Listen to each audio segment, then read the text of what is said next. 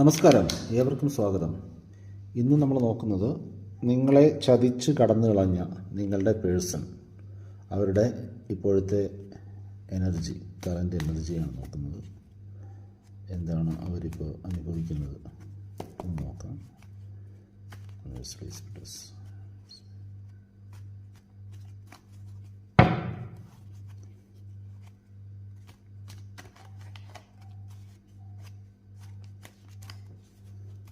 First card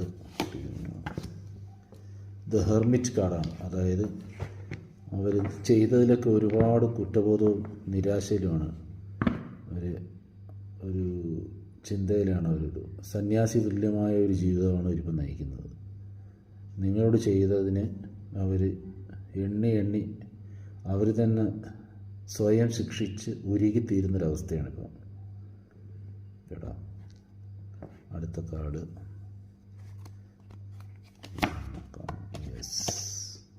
king of sorts. ഇതിലും അത് തന്നെ അവരൊരു ആലോചനയിലാണ്. അതായത് പറ്റിപ്പോയതിലും നിങ്ങളുമായിട്ടുള്ള വാഗ്വാദങ്ങളും പിരിഞ്ഞു പോകേണ്ട കാര്യങ്ങളിലൊക്കെ അവർക്ക് ഒരുപാട് മനപ്രയാസമുണ്ട്. അവർ ആ ഒരു കാലഘട്ടത്തിലാണ് അവരുടെ ചിന്ത ഇപ്പോഴും ഉള്ളത്.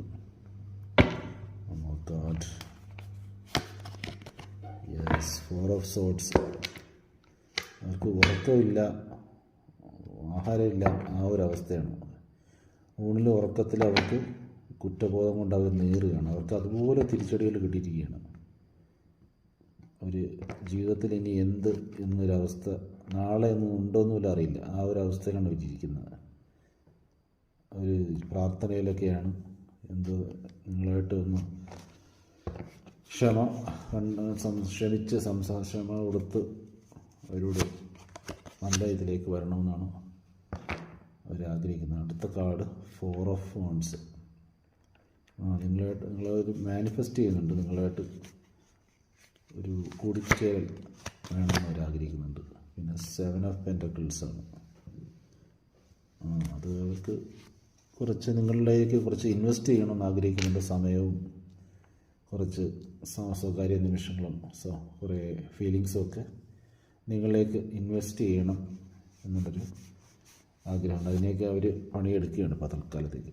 ഓക്കെ, അപ്പോൾ നിങ്ങൾക്ക് പ്രതീക്ഷിക്കാം അവർ വരും എന്നുള്ളത് തന്നെ. അവർ ഒന്ന് ക്ഷമ പറയും. നിങ്ങളുമായിട്ട് നല്ലൊരു സൗഹൃദം സ്ഥാപിക്കണമെന്ന് അവർക്കുണ്ട്. അത് എന്ത് വേണമെന്നുള്ളത് നിങ്ങളുടെ തീരുമാനമാണ്. Okay, thank you.